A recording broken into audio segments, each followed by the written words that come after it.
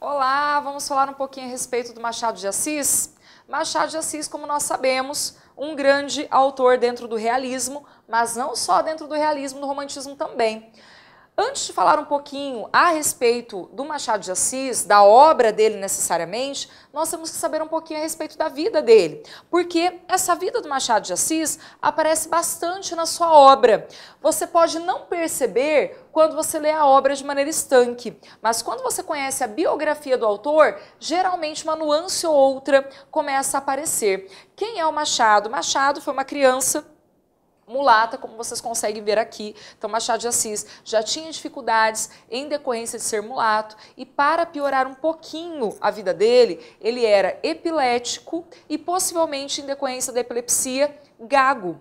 Ele também se tornou órfão muito novinho. O pai dele se casa de novo e a nova esposa do pai do Machado de Assis fazia doces. E para ajudar aí no orçamento, o Machado de Assis ia até o centro da cidade vender esses doces. Então ele era uma criança que trabalhava, que estudava quando dava, que ia para uma biblioteca quando dava tempo. Então ele ia aprendendo do jeito que ele conseguia. E mesmo assim, ele se torna um grande escritor, porque ele vai escrevendo uma coisa ou outra, vai enviando para um jornal ou outro e começam a gostar da obra do Machado.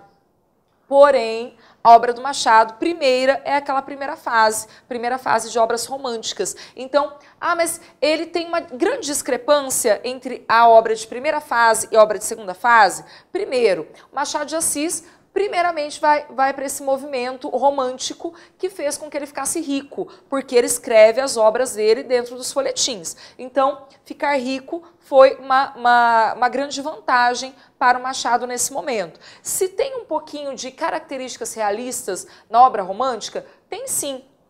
Aqueles toques de acidez do Machado de Assis aparecem em algumas falas de alguns personagens. Contudo, é claro que na obra realista ele resolve destilar tudo isso de maneira muito mais aberta. Então, às vezes, lendo um Helena, por exemplo, lendo Yaya Garcia do Machado de Assis, você percebe um pouquinho de crítica, mas ela é bastante sutil, tá? Outra característica da obra do Machado é que ele, dentro da obra realista, que é a segunda fase dele, vai ser considerado um autor de renome internacional, tá? O Harold Bloom, que escreve o Cânone Ocidental, que é um livro que nomeia os melhores autores, os melhores livros da história ocidental da literatura, colocou o Machado de Assis como o melhor autor dentro da literatura brasileira. É claro, gente, nós temos vários outros autores de extrema relevância e, com certeza, esse crítico não conseguiu ler tudo que o Brasil produziu,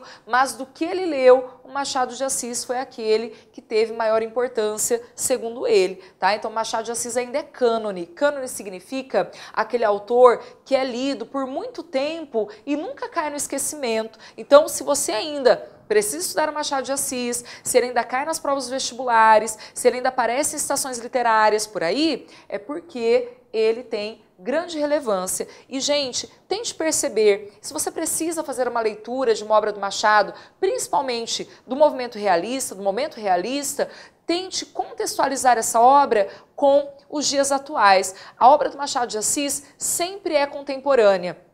As críticas que ele faz sempre pertencem à contemporaneidade. Então parece que ele escreveu ontem. Claro, desassocia a questão de tempo e espaço, porque isso é muito fácil na obra do Machado de Assis, porque você consegue pegar só a ação do personagem e analisá-la. Então, desassocia o tempo e espaço, pegue a ação do personagem e traga para o contexto atual.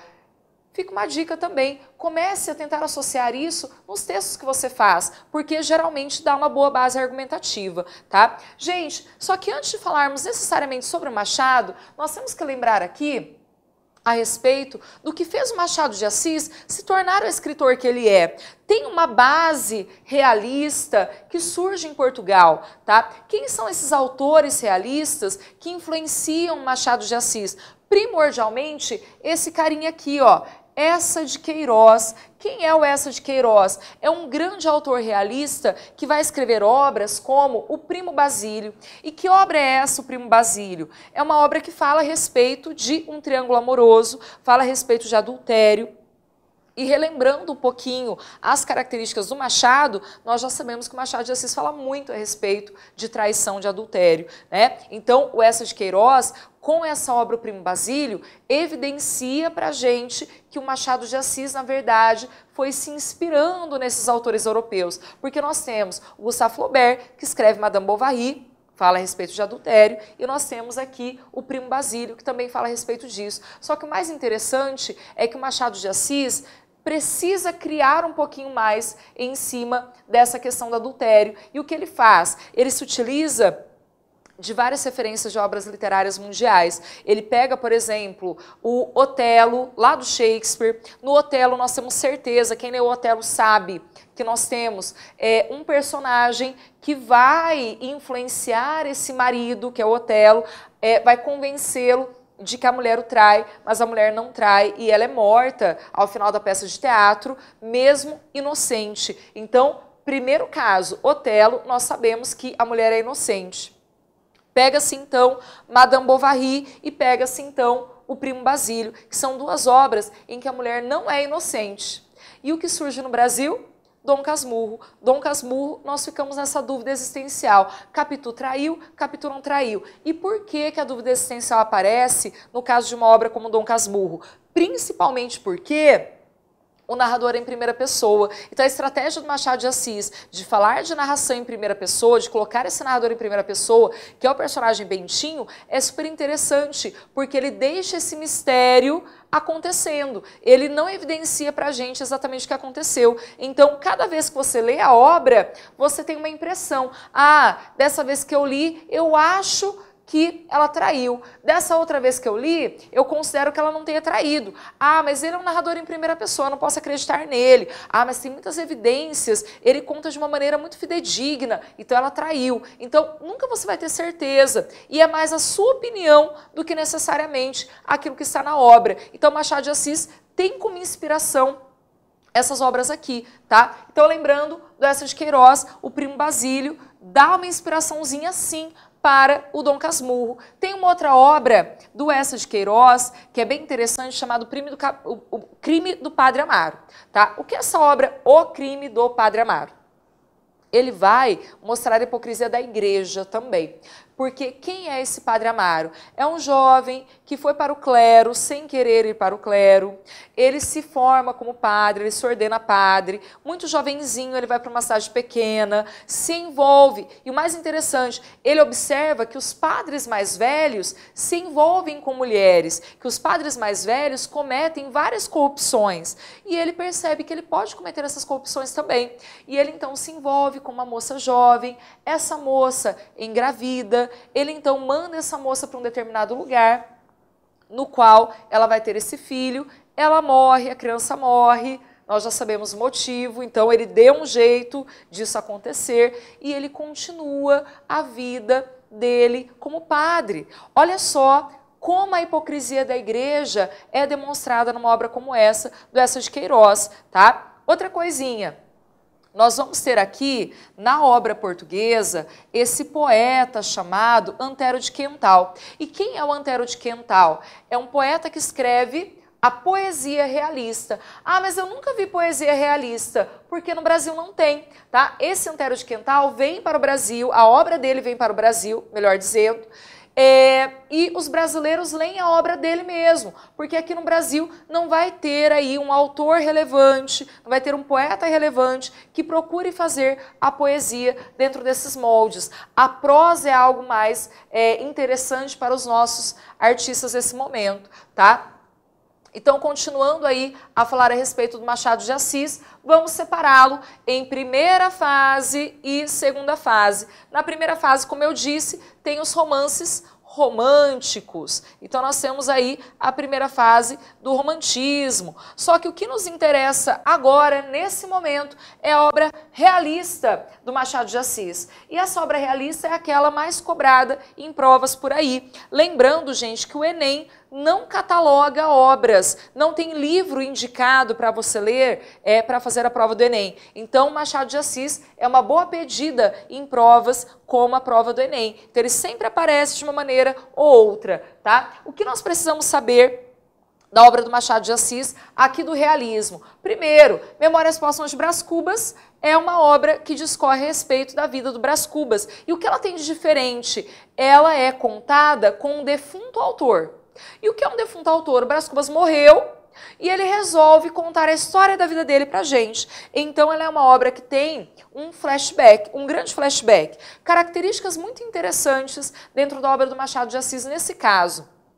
Primeira, ele vai resolver fazer capítulos extremamente curtinhos, ele vai se preocupar em contar aquilo que é importante. Por exemplo, no Memórias Póstumas de Brás Cubas, os primeiros capítulos falam dos últimos momentos da vida desse Brás Cubas. No entanto, depois que ele morre, volta lá para o comecinho da vida dele. Então ele fala de quando ele nasceu, embora ele não lembre, ele fala de quando ele tinha 5 anos, que aconteceram alguns eventos, esses eventos vão voltar lá na frente. Então, quando ele tinha 5 anos, ele viu uma vizinha se envolvendo com um homem casado, e essa vizinha posteriormente teve uma filha. Então, olha a crítica social que fica bem evidente na obra. Só que depois dos 5 anos, ele passa lá para quando ele estava na escola já, que ele não gostava de estudar. Depois, ele vai lá para os 16 anos, quando ele se envolve com uma cortesã. Então, na obra do Machado de Assis, nós não temos uma obrigatoriedade de contar toda a historinha, toda a historinha, toda a historinha. O que fica evidente na obra do Machado de Assis esse fato é importante? Beleza, ele vai ser contado. Se em 10 anos não tiver nada importante na vida, não precisa mais. E aí conta-se um outro evento que se torna relevante na vida desse personagem, tá? Então a grande característica do Memórias Póstumas é exatamente o defunto ser, quer dizer, o autor ser um defunto autor, beleza? Dom Casmurro, a grande dúvida existencial, o fato de a Capitu ter traído ou não, a história que todo mundo conhece, e Quincas Borba é a história de um personagem que sai aqui do Memórias Póstumas de Brás Cubas. No Memórias Póstumas de Brás Cubas, o Quincas Borba é um melhor amigo de infância do Brás Cubas. Ele fica pobre, depois ele recupera o dinheiro, mas a grande característica do Quincas Borba é ter criado a teoria do humanitismo. E o que é a teoria do humanitismo? É uma teoria que satiriza o positivismo. Positivismo, então você tem que abandonar toda a questão metafísica para que realmente você evolua como pessoa. E na teoria do humanitismo, perceba sempre, se você lê Machado de Assis, se você já leu, você vai perceber que o Machado de Assis tem um domínio muito grande dos trechos da Bíblia, tá? Então ele domina muito a Bíblia e geralmente ele domina a Bíblia para fazer algumas críticas também, ou ainda para ser extremamente irônico, que é uma grande característica dele.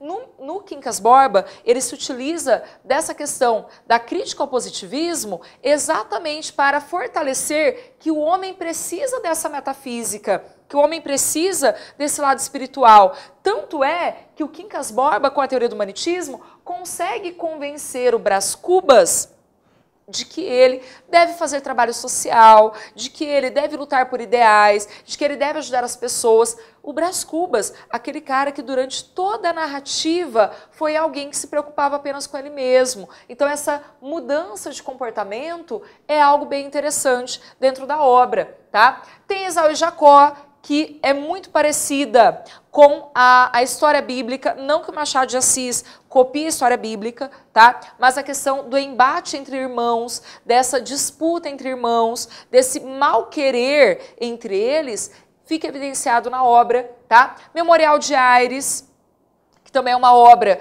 que discorre a respeito de todo tipo de hipocrisia social que a gente possa imaginar, e Papéis Avulsos, que são os contos do Machado de Assis, tá? Nos contos do Machado de Assis, nós vamos ter clássicos dentro da literatura. O Alienista, por exemplo, que fala a respeito de um alienista, gente, é uma espécie de psiquiatra, tá? Então esse alienista vai ser um homem que numa cidadezinha pequena começa a enxergar doenças mentais em todo mundo.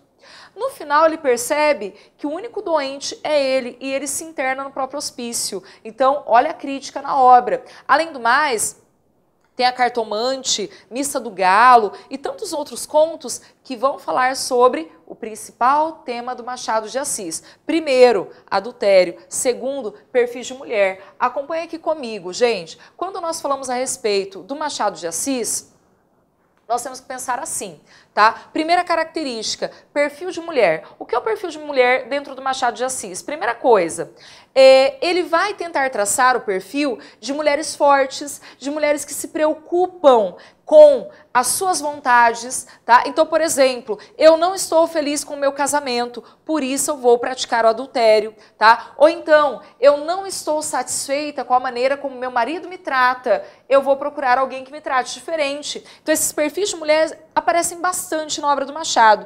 Por outro lado, aparece também essa outremização dessa figura da mulher. Então, a mulher é aquela que muitas vezes precisa se casar por imposição social. Então, por imposição social, ela se casa, porém, em algum momento da vida, ela tem o reconhecimento de que não é isso que ela quer para ela, e então ela procura uma outra pessoa, ou ela então vai atrás dos seus ideais, tá? Então os perfis de mulher são muito evidenciados. E nesse perfil de mulher você vai ter dois tipos. Aquela mulher que quer fazer e não faz, então ela está descontente com a sua existência e acaba não fazendo, não cometendo esse ato inaceitável para a sociedade, e tem aquela que vai praticar esse ato. Exatamente por isso que em algumas personagens do Machado de Assis nós ficamos nessa dúvida, será que ela fez certo? Será que ela cumpriu com a sua vontade? Ou será que ela foi apenas movida pelos seus instintos? Interessante também é frisar que na obra do Machado de Assis, essa análise psicológica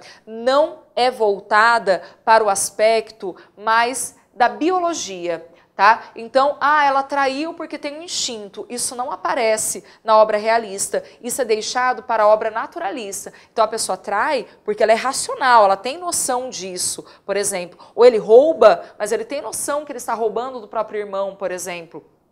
Ou ele tem noção de que ele está passando a perna no pai. Então, isso tudo é racional. E isso é explicado por todas as teorias possíveis voltadas para a racionalidade. Uma outra característica dentro da obra do Machado de Assis são os triângulos amorosos, tá? Então, nós falamos os contos. Na Cartomante, nós temos triângulo amoroso. Na Missa do Galo, fica mais ou menos evidente esse triângulo amoroso, porque na Cartomante nós temos os amantes e o marido que mata esses amantes. Nós vamos ter na Missa do Galo esse menino que gosta dessa mulher muito mais velha, ele mora na casa dela, ela mora lá com o marido, ele expressa isso de uma maneira muito sutil, ela expressa isso de uma maneira muito sutil também, acaba sendo o triângulo amoroso. E nos três romances principais do Machado de Assis, nós vamos ter no Dom Casmurro, o Bentinho, a Capitu e o Escobar, veja bem, triângulo amoroso. No caso, Memórias Póstumas de Brás Cubas, nós vamos ter também o triângulo amoroso, e no Quincas Borba tem o triângulo amoroso também. Então, geralmente, Machado de Assis pinta esse triângulo exatamente para conseguir fazer todo tipo de crítica social por meio dessas pessoas, beleza? Gente, essas foram as principais características do Machado de Assis e um pouquinho a respeito da obra dele. Até breve!